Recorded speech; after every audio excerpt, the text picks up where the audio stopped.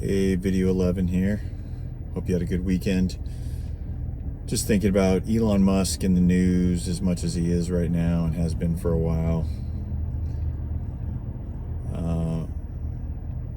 I got to work on a few projects that put me in proximity to him with Kanye and SpaceX and so on. Quick share, I guess, my experience with working on the spacesuits with SpaceX a number of years ago. I brought in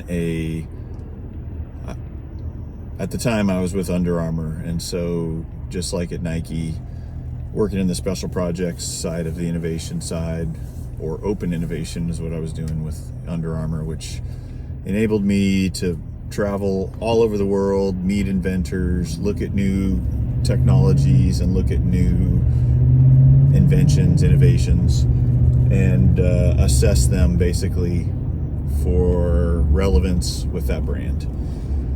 And I could also come up with new projects, proposals. So at the time, something Kevin Plank, the Under Armour founder, always referenced with football or brand was things got to be badass. Things have to be badass. And then I caught some quote from Elon at the time saying he wants his spacesuits to look badass. They got to be badass. So again, just paying attention, seeing the patterns, I was like, hey, I'm going to see if I can take Under Armour know-how around materials and fit and function and performance and basically set up a meeting with SpaceX to explore collaboration on doing the spacesuits. And so I did what I do, and I connected all the right dots. And as I've said in past videos, I brought one of the bigger hammers I could bring. So I brought a buddy from SEAL Team 6, retired guy that I'd worked with on some projects, because I want to bring a high performance guy who understands life and death and maximum stress demands on application needs and hard environments or whatever, equipment, so on and so forth. So essentially things went well. SpaceX was excited to collaborate and explore with us. We went out there, I don't know, once a month to Hawthorne, California from Baltimore, or I think at the time I was working out of Portland. And we interacted for a few hours per visit, half a day per visit, and basically there was a head of engineering intermediary essentially, kind of always in the meetings, taking notes and guiding the process on what Elon wanted, more or less. So there was, in that interaction, there was always kind of a firewall to Elon. But basically, I brought in our top biomechanists, some legends in the industry, and the angle and the premise that we were basically operating under was there's few humans on the earth that are going to be put in more extreme scenarios or situations than astronauts. And if you look at F1 drivers and you look at fighter pilots, again, examples of man and machine at the pinnacle of performance. And astronauts, by and large, are at the top of that food chain, essentially. And so mini meetings, kind of sketches, discussions on function, footwear, all the things.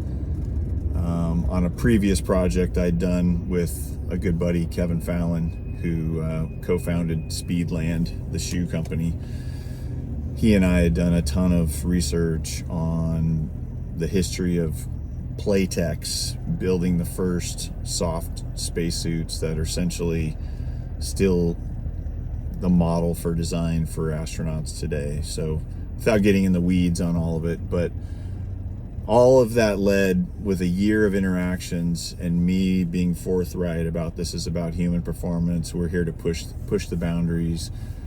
There was always a little bit of conflict with, you know, SpaceX not necessarily wanting to do a brand share and not have an Under Armour logo on the spacesuit.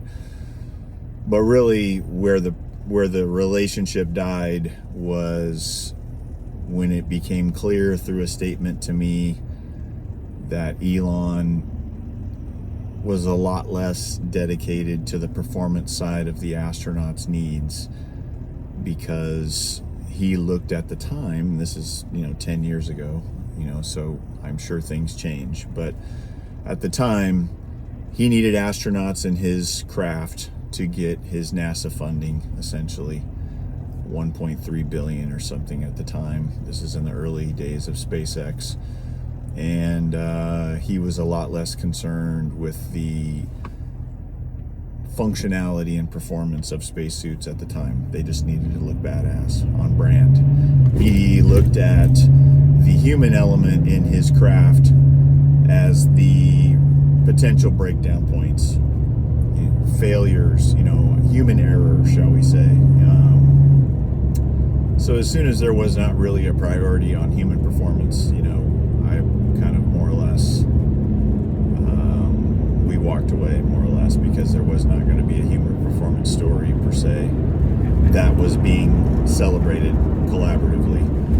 And at that time, I don't know where it went in the years to follow, but at that time, you know, SpaceX had hired a top team of Hollywood costume designers, and that's who we were working around, to our surprise, that here we were used to making uniforms, footwear solutions for the top athletes on the planet. You know, whether it was me at Nike and one of the top biomechanists I brought from Nike to Under Armour at the time. So we'd spent years solving for performance for athletes, and once it became clear, which again, part of the learning was, it took almost a year to finally pull that data point that the human performance element of the program or the project or the collaboration was not priority for them.